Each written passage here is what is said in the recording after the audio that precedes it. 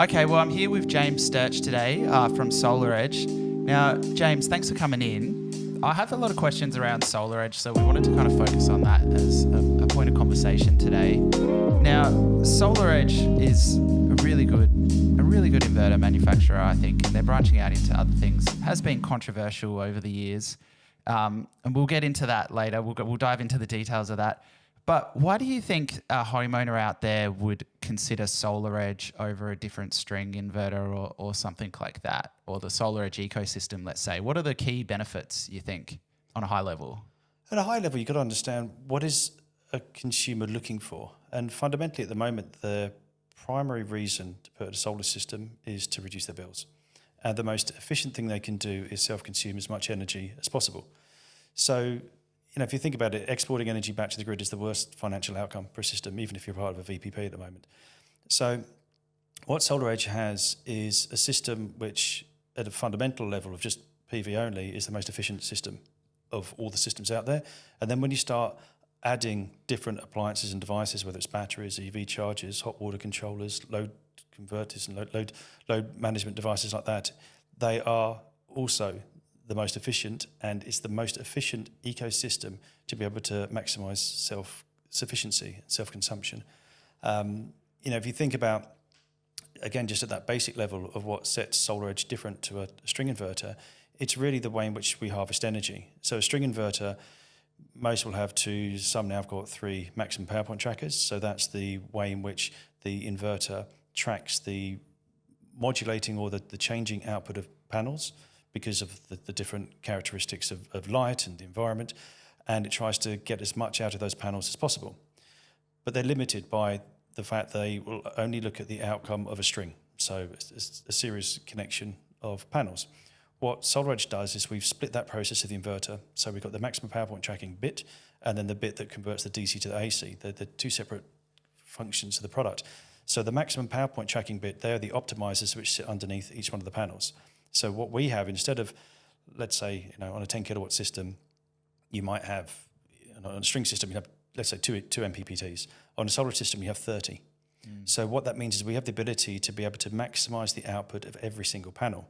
And panels don't do the same thing. So although you might think, well, I've got a roof that's full of, 400 watt panels, they'll all be outputting 400 watts. They don't.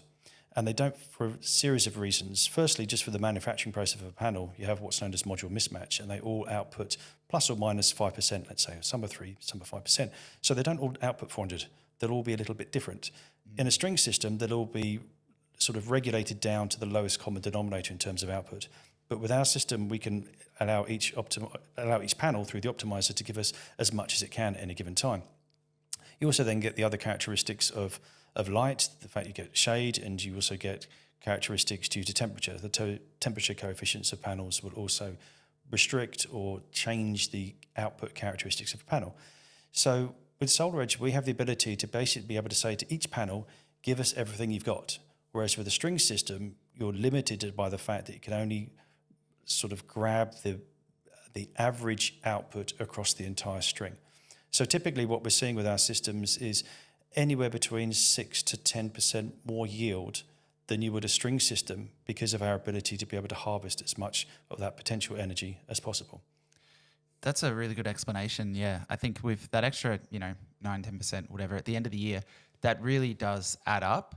And yeah, I think that's a good point that you make, that look, a lot of people when they're buying solar, they forget that they need to be really outcome driven. Like, what are you actually trying to achieve? And I guess for most people, what they're trying to achieve is as much energy as possible.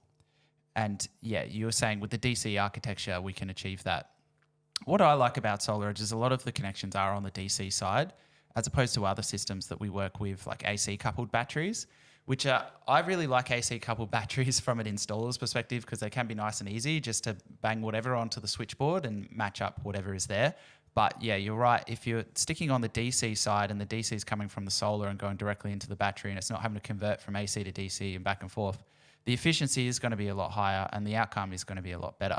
Yeah, and look, I'd actually argue it's easier to install because you don't have to do anything in the switchboard. Yeah. Well, the reason that I say AC coupled are easier to install is because often we're actually doing retrofit batteries. Yeah, sure. So in that instance, it's probably a bit more flexible. But yeah, I think if you're doing a new install, then yeah, I think the DC battery is easier. But I try not to think about that too much. I try and think from a homeowner's perspective as to they don't really care how hard it is to install unless it's going to blow the cost of the installation out. What they care about is the outcome at the end. Yeah, absolutely. Okay. So, and tell me more about the power optimizers and how they work. How do they benefit a customer or a homeowner that has shading issues? And second to that question, why would you recommend power optimizers for someone who doesn't have shading issues? So shade is one of the things that we always used to get pigeonholed in, that, SolarEdge is the shade solution. And shade is just one characteristic of module mismatch. Module mismatch, as I just explained, is fundamentally you've got three things. You've got the varying outputs of panels, because no two panels are the same. You've got varying outputs due to temperature, and you've got the varying outputs for other environmental characteristics such as shade. And what we then do is have the ability to be able to almost ignore those and just, like I said before, say to the panel, give us everything you've got.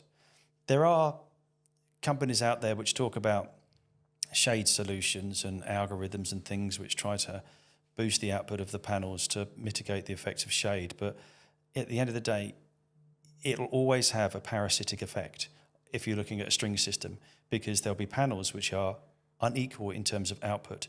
So therefore, if you're trying to push energy from panels which are unshaded through a panel which is shaded, you'll have a certain element of resistance. And it doesn't matter what you do with an algorithm, you can't offset that resistance, and you'll get additional losses, not just the loss of the unperforming or the lower performing panel, you'd also get losses due to the fact that you've got this resistance from that panel.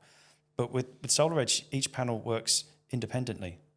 Even if a panel is smashed or broken, or you've got the input connector, let's say it's got a faulty connection and you've got nothing coming out of the panel. With a SolarEdge system, you're only losing the output of that one panel. If that was a string system, you'd lose the entire array. And that is huge, because often, there could be a storm. You might not even know, you might not be home. You might not know that there's been hail damage or a branch has broken something. Some damage has occurred on your roof you don't know, or a homeowner doesn't know about. The first time they know their inverter isn't working is probably when they get their next bill. And they'll find that actually their bill's just gone through the roof because all that production they thought they didn't, because the system's been offline. With SolarEdge system, we can isolate those issues because it's just going to affect that one panel. And secondly, as soon as that happens, we can pinpoint that issue exactly where it is on the roof. We will get an alert, the installer will get an alert, and it can just be dealt with proactively. It's not a retrospective, we've now got to go fault finding and try to find this issue. You've also then got other inherent benefits to the consumer, such as the way in which we can create the safest system that's out there. So, for instance, one of the biggest issues you'll get, like the worst case scenario is you get a fire. Okay, you've got a connection issue, which can then create an arc, which will then create a flame, and it will burn. You get a self-sustaining fueled fire situation, because the fuel is coming from the energy, which is coming from the solar panel. So if you've got a broken connection, you've got the sun is energizing the panels, it will self-sustain and fuel the fire. So what we do is we look at it differently. We look at the characteristics of situations that would cause an arc. So we have temperature sensors in each one of the connectors of our optimizers. As soon as the temperature reaches 80 degrees, it'll trigger an alert and shut the optimizer off. So we actually look at the precursor for an arc. Now again, there's other companies which say, it's fine, we've got arc detection. Prevent it from happening altogether. Yep, but it doesn't, and they can't. They can in some certain situations, because what they can do is they can literally sort of create an open circuit scenario, go, okay, we've detected an arc, let's switch off the array and turn it into open circuit, so power isn't flowing through the circuit and it won't sustain, which is fine if that broken cable is within the circuit returning to the inverter. If you've got a broken cable that's earthing, let's say, to a metal roof, you've got a circuit that the inverter cannot turn off, and the arc will just keep going and it will keep burning and burning and burning. Where, again, with our system, you don't have that issue. And also you've got the rapid shutdown. So you can turn the DC isolator off on the inverter, and within, I think it's 4 seconds, you'll have the DC on the roof will be less than 30 volts. Yeah, that's a very good point. I actually heard this week, a homeowner in Queensland tried to get up on a tin roof, and they actually got an electric shock off the tin roof. And when they investigated it, it was because the solar wasn't earthed properly. It was a DC system installed by some cowboys, I think. And yeah, what you're saying about the panels is, I'll give some more examples of things I've seen over the years as an installer. But I remember going to a house once, and I think a panel had been hit by a tree branch or a golf ball or something had fallen down and smashed this panel. And now this was visible from the street, so the homeowner knew, so they called us out to have a look at it. And when we went and looked at the inverter, it was still producing power somewhat okay, probably not performing as well as it could. But had this panel not been visible from the front of the house, they wouldn't have actually known. Yeah. They would have had no way of knowing that there was a smashed panel on their roof, and it could have been there for years. And not only they're missing out on money, but who knows what hazards that causes. It doesn't even need to be as bad as that. It could literally be, you don't get it so much now with Topcon modules like glass and glass, but panels which have still got a backing sheet on them, if they're not installed carefully and you get a scratch on that backing sheet, then that will introduce condensation and you'll get corrosion, which will then in time turn to arcing and actually turn to degradation of the panel. You don't see that from the front because that's all at the back. And again, the system will be working and operating, but you could literally be getting little arcs on the panels, which they just get worse and worse and worse, because as you get the arc, you get carbon build up around it, which then means you need higher levels of fuel or more energy to be able to bridge that resistance, which means the arc gets bigger, it gets hotter, and eventually you'll get to the situation where, like anything, it will burn. And that's really not a good outcome from a homeowner. It's really interesting when you compare the Australian solar industry to the American solar industry, and they have regulations there around rapid shutdown being mandatory. And I believe Enphase and SolarEdge pretty much own the market over there. Yeah. Whereas in Australia, I don't want to talk down, but I would say Enphase and SolarEdge are maybe a little bit more niche than they are, comparatively to the fact that they own their market in America is pretty crazy when you even think of it that way. But yeah, it's just interesting to see how, I guess, different perspectives or how different people see it, where, in America, a string system is just flat out not allowed. So, yeah, what you got to understand is the regulation framework here. So what installers can do is governed by the regulation, which primarily comes from Australian standards. And Australian standards, it's very rare for Australian standards to create a new standard in Australia just for Australia. They tend to replicate bits of other standards which have already been adopted. And primarily they look at IEC standards, European standards. They don't tend to look at UL standards, the American standards. So it's been very difficult to get something like rapid shutdown adopted here. It's actually adopted now in 16 different countries around the world. And there is on the cards an IEC version of rapid shutdown. And so as soon as it becomes an IEC standard, you'd expect actually it will be adopted in Australia. So it will happen here because it's just so much common sense. But what governs what can be installed in America is the firefighters. So it actually comes from the fire authorities because they're the ones that give literally the okay for what can be installed on a property. And they look at it from a risk perspective and a fire risk perspective. Here you don't get it. Here with Australian standards, they kind of actually look at the lowest threshold for electrical safety.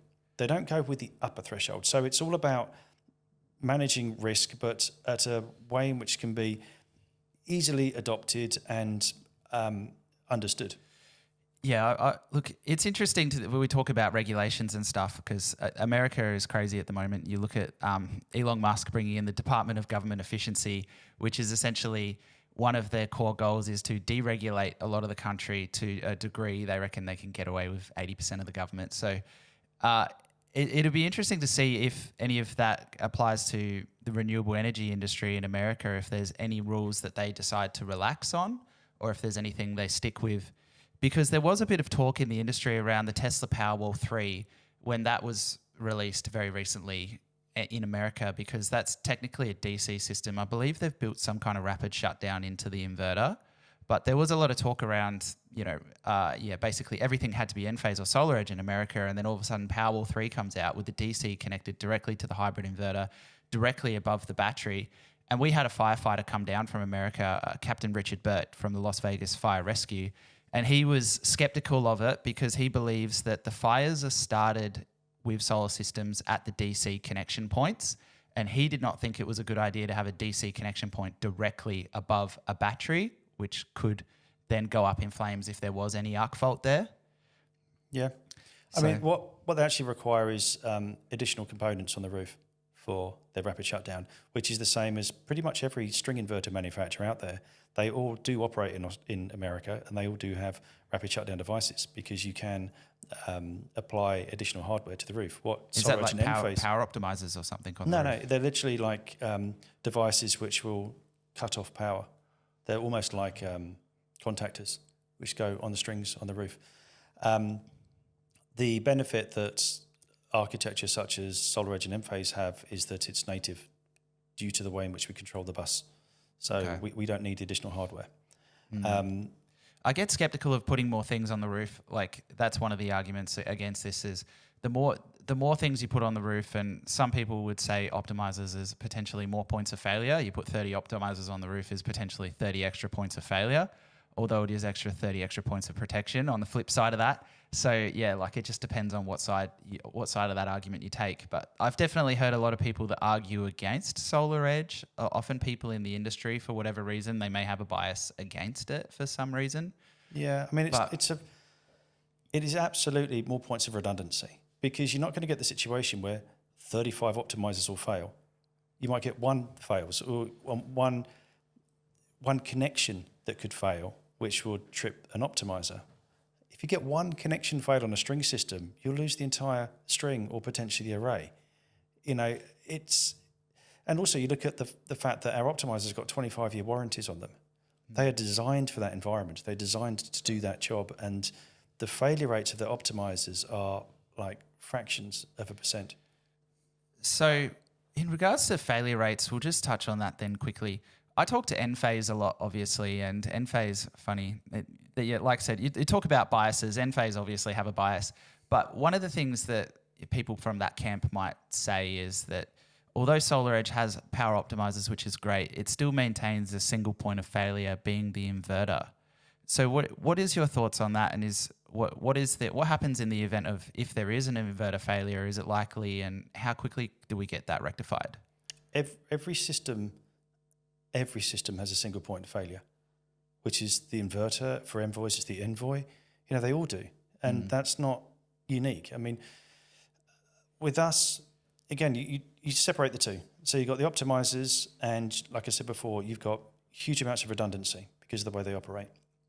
And they've got 25-year warranty. Our inverters have got the highest warranty of any inverter, and they've got a 12-year warranty. Everyone else is 10, and then you can extend them from there. Our inverters, they've been through, like all products in this industry, they've evolved and they've developed over time because the industry has just grown at such an unprecedented rate. You know, innovation has had to learn and adapt as we've grown. And where we are currently sitting with our inverters, the current generation, we've got less than 0.5% failure rate. So we've learned a lot, and we've really enhanced and developed our products. And you know, that comes from the fact that we've literally just got so much product out there. What I found was really interesting is I got invited to the SolarEdge HQ in Melbourne, and they took me up in the city. It was a really nice building. They had a screen up on the wall, and they had some KPIs there and a clock that was ticking. And I said, "What's that?" And they said, "Oh, we track how long it takes us to get back to people for service calls, service issues. That's a KPI that we track." And it seemed to be one of the key KPIs that the company was tracking. They weren't necessarily tracking how many sales have we made today. They were tracking how quickly are we fixing issues today, which I was really impressed by because a lot of people don't think about that. Yeah. And that seemed to be something that SolarEdge valued, from my opinion, when I went to the office. Absolutely. I mean, the relationship we have with installers is, and how we support them because look, everything's fine when everything's fine. Okay. Yeah. Everyone's happy when it's all going well. It's the experience you have when it doesn't go well that really counts and really matters. And the relationship we have with our installers now is absolutely fantastic because we put so much effort on that process to support them, the process to answer their calls quickly, the process to automate a lot of the processes to get a replacement inverter or, you know, have a chat function that they can just speak to someone directly through the app. They don't have to get on the phone. So, yeah, it's something that we take really seriously. And it's one of the areas of the business that, to be honest, we probably invest more time and resources on than anything else at the moment. I'll give you another example of times where SolarEdge has really impressed me. So just on Friday, so for those listening, I don't know when you're listening to this, but it's Wednesday today. So I actually had an issue with a SolarEdge inverter on Friday. It's very rare, but I had one. The customer said, there's an issue with this. I said, no worries, let me contact SolarEdge, I'll get it sorted for you. So he texted me on Tuesday. So we lodged the RMI on Friday, and he texted me on Tuesday to say, the inverter's here, come back, let's swap it over. Yep. So basically 2 business days. Yes. So that's incredible. And in addition to that, see, if you use like the auto RMA function, you can actually get paid. You can get the rebate that installers get to go and do that swap before you've even gone to site. That's good. I should follow that up right now. Yeah, do follow up. Yeah. Okay, cool. I want to ask you some questions around the SolarEdge battery. So the batteries, I think it's been on the market for a year or two now, actually. It's been around. I'm always a little bit hesitant with new products that come to the market. I was not the first person to jump on the battery, but now we have jumped on the battery. And yeah, we seem to be having great success with it so far. So tell me, I want to ask a specific question. I want to know a bit about the battery, and I want to know, our best-selling battery at the moment is Tesla Powerwall 3. So if a customer was looking at a SolarEdge battery instead, why do you think that they would consider a SolarEdge battery as opposed to, say, what is arguably the industry leader, which would be Tesla Powerwall 3? So firstly, again, coming back to that initial point of why is a customer putting in a system, it's all about self-consumption primarily and getting as much out of the system as possible. So the SolarEdge system is the most efficient. It's about 94.5% efficient. If you think of production going through a full round trip of the battery, so full charge, full discharge, out through the inverter, it's about 94.5% efficient. Powerwall 3 is about, I think it's about 86.5%. So you get more out of the SolarEdge system, and that can equate to over 35 days more production per year on a SolarEdge system than you would with something like Powerwall 3. 13 months a year. Exactly. And that, when, consumers are really finding it, tough and really trying to manage their bills, that is a big deal. It's a really big deal. What about the chemistry? I think the new Powerwall's LFP. And what's the chemistry in the SolarEdge battery at the moment? It's NMC at the moment. We are going to be, with the next generation batteries, going to LFP. But it's NMC, but what we have is a product which, unlike other companies out there, which they tend to use off-the-shelf, 48-volt rack-mounted modules and build them into their enclosures and all the rest of it. We built the battery ourselves, and it's designed to work at the 400 volts bus voltage that is on the SolarEdge systems.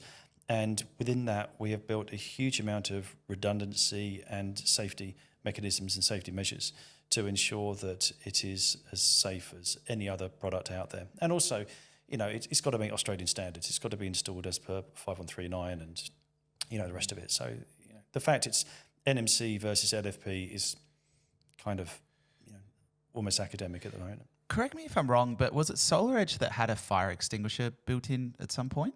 The first generation.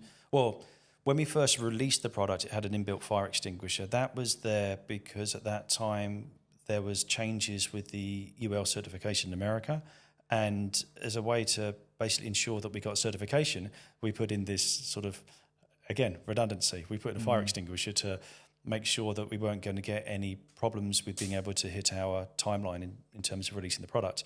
But once the certification came through, it was realised that was just surplus to requirements. So we removed it as a cost-saving measure because it wasn't needed.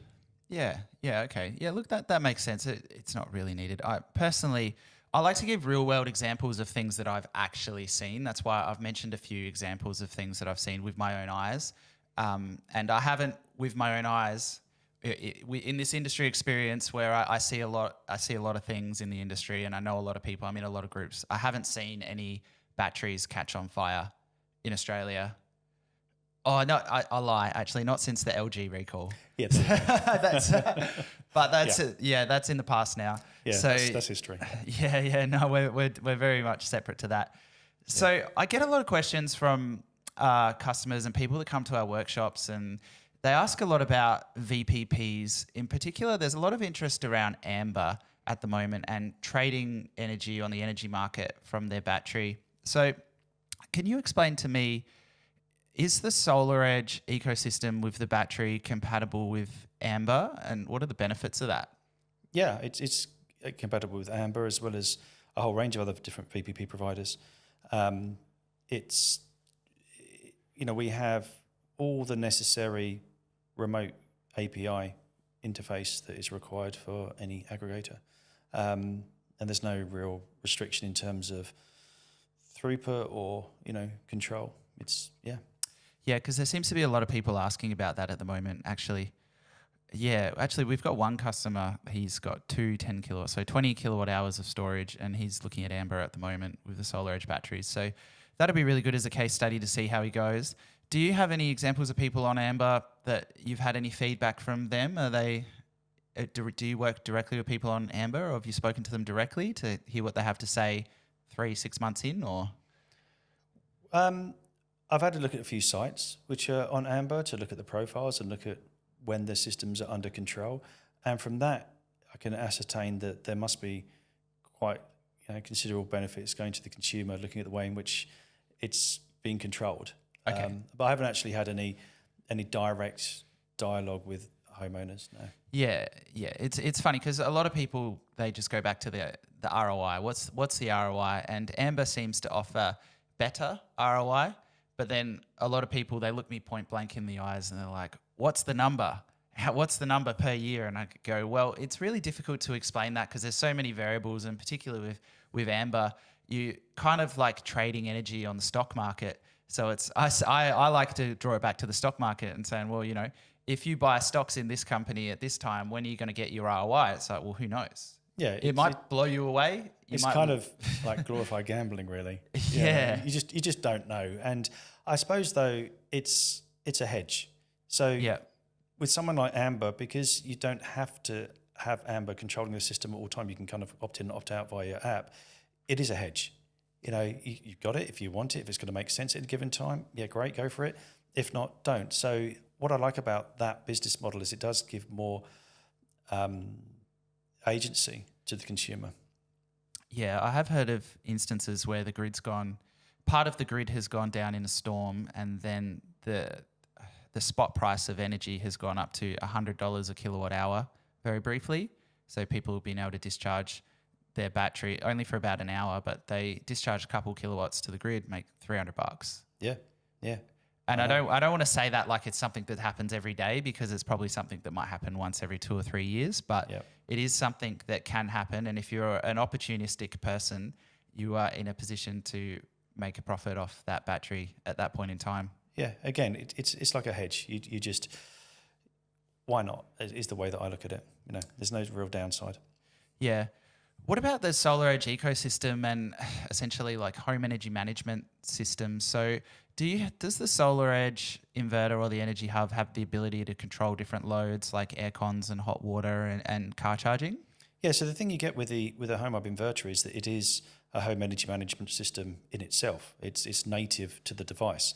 So we have our own communication protocol called EnergyNet, and that is based on mobile phone technology. So it's a very, very high speed and robust, what you call a mesh network communication protocol. So it's not point to point. So the more devices you got, the quicker you get communication through your devices.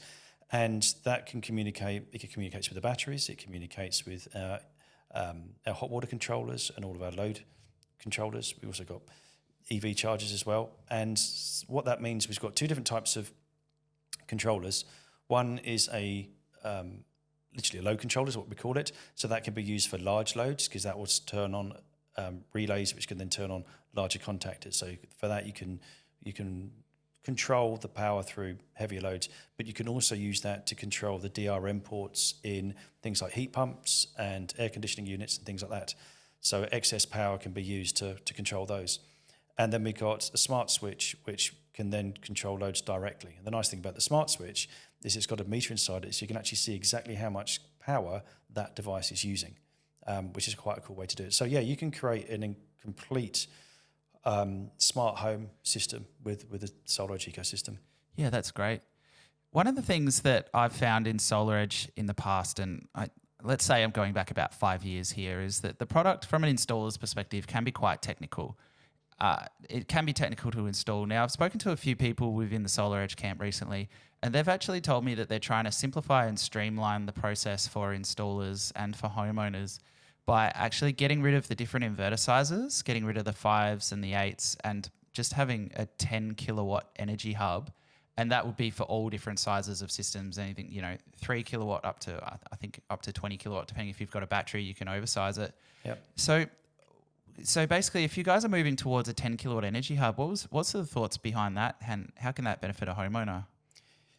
So the first way it benefits a homeowner is it creates a cheaper product fundamentally, because what it does is there's a huge economic saving within the supply chain.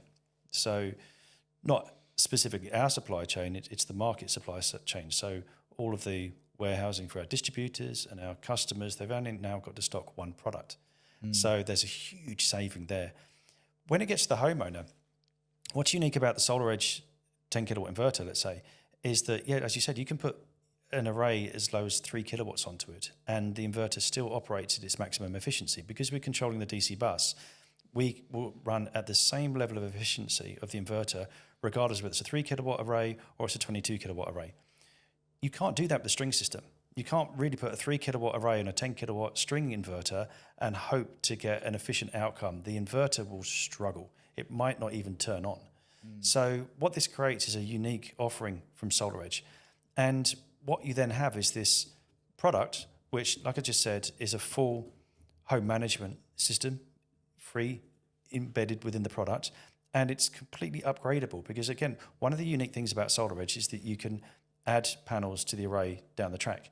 With a string system, if you've got an array, let's say now with 400 watt panels, and in a couple of years' time, panels are 500 watts, if you add a 500 watt panel to an array which is made with 400 watt panels, that 500 watt panel will only ever work at 400 watts. With SolarEdge, that will work at 500 watts. So we can add panels. We can, even if we change out optimizers, they're all backwards compatible, so you can grow that system. So it might start off with a 3 kilowatt system now, simple for a homeowner. In 2 years' time, they want to add batteries, they want to double the size of the array, triple the size of the array, they can. You don't have to change the inverter. You can just grow the system over time. It's interesting that I'll give you another example of a job we're doing this week. Is I think there was 2 3-phase 8 kilowatt inverters there that me and my team installed back in 2020, and the customer wanted batteries and he wanted extra panels, and we ended up actually replacing the 2 inverters that were there for free with 3 single-phase inverters, and then chucking in 2 batteries, and then we added in an extra 5 panels onto one of the strings. I think he might have had 3 30-watt panels originally, and we just chucked on 4 40-watt panels. Yep. S500 optimizers, bang, done. Yeah. No worries. I know. Full Super upgrade. Easy. Yeah, job done. Yeah. No sweat. Yep. Again, that's one of the unique benefits with SolarEdge that homeowners don't need to be worried about. Because it's always one of those things like, a few years ago when batteries were on the horizon, everyone was like setting hybrid ready and backup ready. And, yep. you can, I can remember 10 years ago, everyone was selling 5 kilowatt inverters with 3 kilowatt arrays going, you can add panels to it down the track, or you got a spare MPPT you can add to it. And no one did, because by the time people got to it, panel class had jumped so much, you actually ended up replacing the inverter. But with our system, you can just add to it, you can just keep adding to it, and even put them on different roof faces. It really just doesn't matter. Yeah, it's a really good point, and a lot of people are looking for that. They're looking for a system they're able to expand. One thing I wanted to talk to you about quickly as well is the SolarEdge, the Genesis inverter.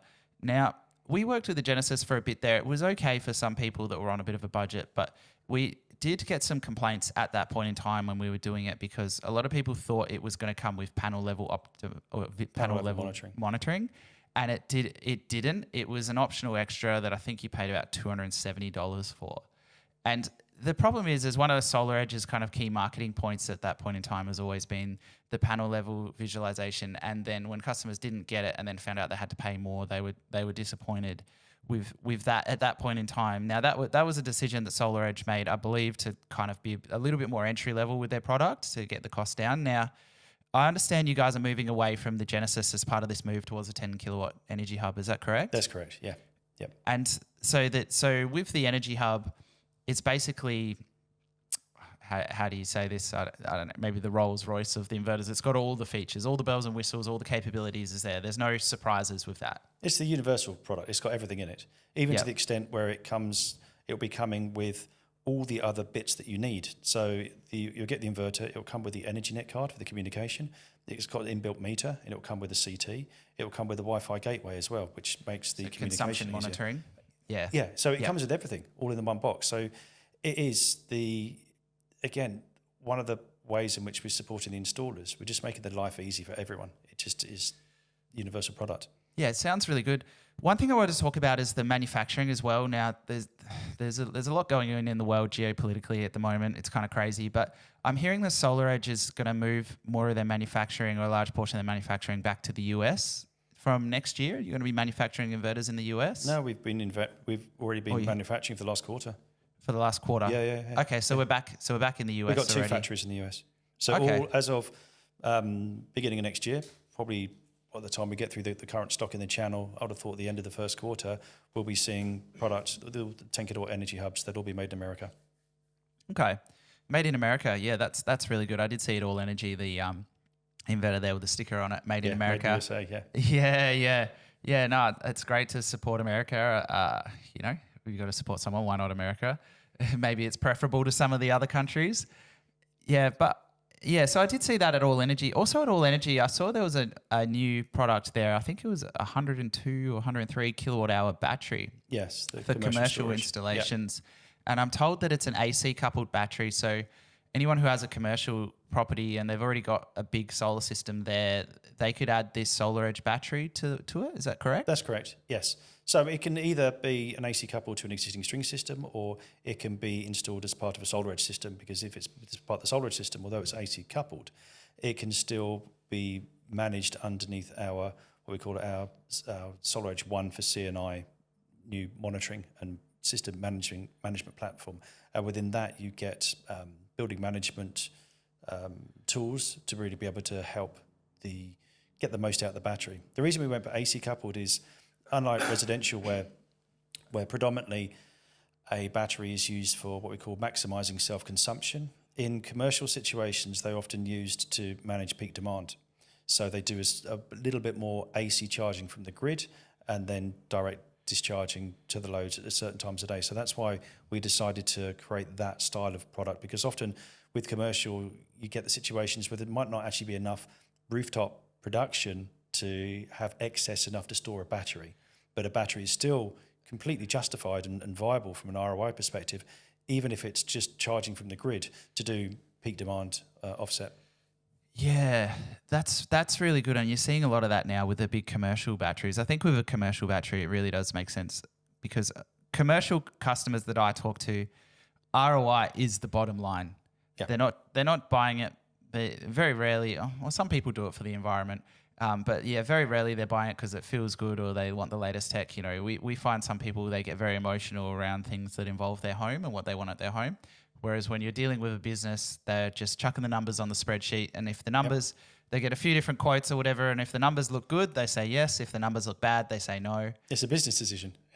Yeah, which totally makes sense. And, different strokes for different folks, but it definitely makes sense from a commercial perspective.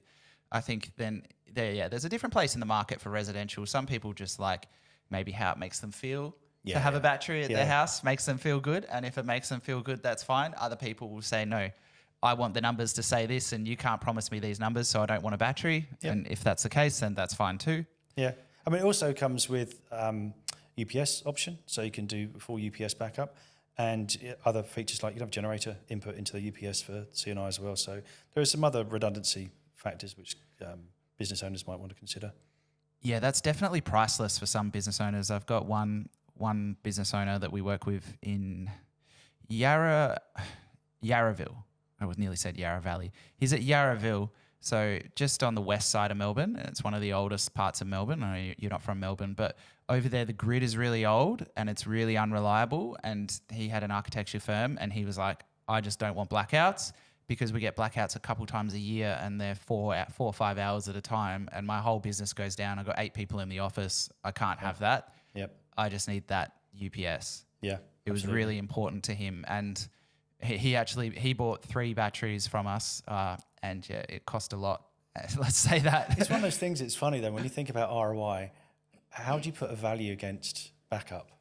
Well, you can't, and that's the thing, you know. And some people, they have medical equipment, and you know, other people, like I said, they're at work. If they lose power at their house, and then even someone, you know, they may have just a small consultancy business. Maybe they charge $100 an hour or something. And power goes down, they lose internet, they can't do the Zoom meeting. Then you know, how do you quantify it? You know, businesses that have got, you know, like chemists that have got fridges with stuff in it that is, you know, they lose power, they've got to bin everything, you know, that kind of stuff. The value on that is insane. Yeah, it's definitely worth thinking of. So what else have we got? What else have we got to go through here? So where do you see the industry going in the next 5 or 10 years then? So it's interesting. If you look forward, well, firstly, if you think 2035 is the target for the exit of all remaining coal-fired power stations in Australia. So what does that then look like? And what does that mean then from the transition perspective? Well, if you look at what AEMO are projecting, is a huge uptick from renewables and specifically from the residential sector. So we're currently at about 4 million residential systems with about, I think it's about 160,000 batteries. They reckon there's going to be, I think the target is something like 3.5 million residential batteries. Oh no, 3.5 million people with batteries. That's right, by 2030. Okay, so if you then think of like, how are we going to get from here to there? It's going to be a very interesting roller coaster. I think over the last 3 years, there's been in the region of 40% year-on-year growth of battery uptake. That, to meet AEMO's predictions, has got to jump to 70% year-on-year growth consistent for the next 5-6 years. So what I foresee is a huge focus from government, both federal and state, to support the residential sector, because it is so important. Again, if you're thinking in context, there's currently about 25, 26 gigawatts worth of residential production.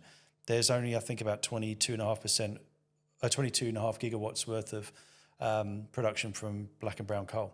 So already the residential sector is way above the fossil fuels, and that's only going to get more. And it's a really, really important component of the way in which we're going to decarbonise the country. I think what's also going to come along is a lot more reliance and requirement for VPPs. Currently, attachment rates of VPPs is only about 18% of people with batteries. It's very low, although, like we were discussing before, there are some fantastic products and solutions out there for consumers.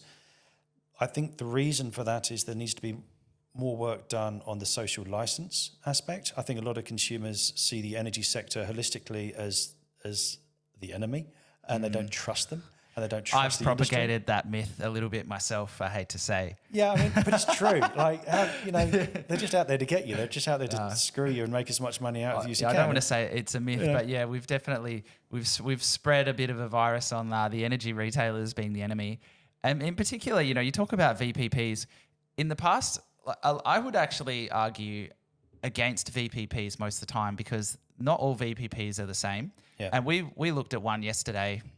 I won't say who it was, but yeah, it was so much worse for the customer to be on a VPP than not. So you do really need to be careful with VPPs, because you can get stung, you can get locked into bad deals, bad contracts, which actually put you worse off. Yep.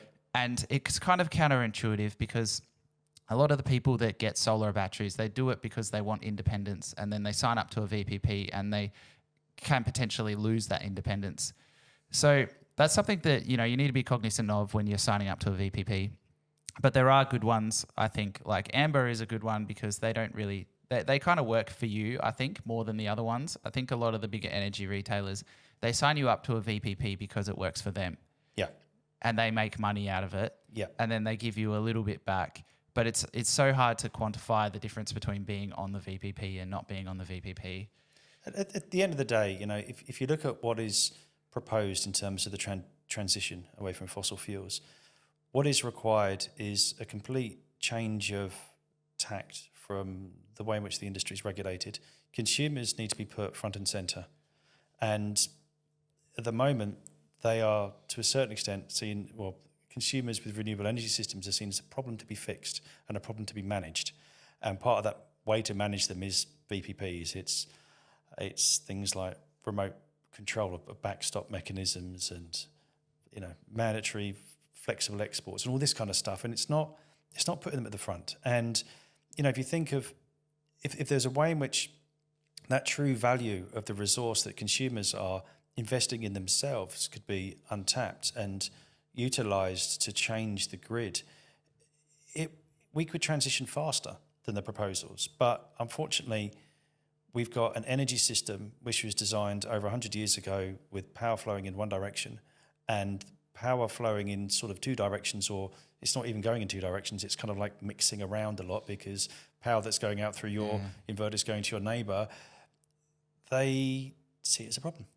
Yeah, it's decentralization, which is kind of a buzzword right now, which is, I think it's interesting. And I think that's a lot of the appeal is people want to decentralize. They want to take power back to the people. And you see a lot of these things and a lot of these buzzwords, you see it around like cryptocurrencies, or you see it now around like, X and social media and stuff, as they're trying to decentralize the media. So it's not one point of control. Now, all of a sudden, everyone has a little bit of control, which is what they talk about on X at the moment, is like citizen journalism, where all of a sudden everyone has their own little say. You can decentralize. There's not this one authority that oversees everything, which is definitely the appeal for renewable energy and electrification. But yeah, you can see at the moment they're kind of realizing they're losing their power with, with solar and batteries and a bunch of other things. They're losing a bit of power. Now they're trying to take that power back a little bit so they can regulate it and control it. Because the thing is, you've got to realise that the consumer's no longer consumers. They're generators, they're participants, and they've got to be treated more equally in that regard. Yeah. What I find is most interesting about the shift away from fossil fuels as well, and particularly around cars and things where you're burning fossil fuels to generate energy around cars and cooktops and hot water services, is it's an extremely inefficient way to generate energy is by burning fossil fuels. And when you look at, if we electrify everything, the amount of energy that's required to do what we did with fossil fuels is actually only like 30% of the energy that we needed with fossil fuels. So if we can electrify everything, we don't even need as much energy. Oh, totally. So because it's just so much more efficient. It's so much more efficient. It's so much better. And even when you put all that stuff aside, like you look at electric cars, and you can argue about whether petrol cars are better than electric cars. But like I get in my electric car, it's like it's instant power. I charge it at home. I charge it for free. Like I don't care about any argument for or against electric cars. I just wouldn't go back because I find electric car to be more convenient. I think it's like the 80-20 rule with electric cars versus combustion engines. I think about 20% of the energy from fuel in a combustion car is used for motion. Whereas in an noise EV, and heat and it all just goes exactly noise, heat, and everything else. Whereas in EVs, it's 80%. It is so much more efficient. And again, if you look at like coal, one of the, we don't have them now, but you remember the old incandescent light bulbs with the filament?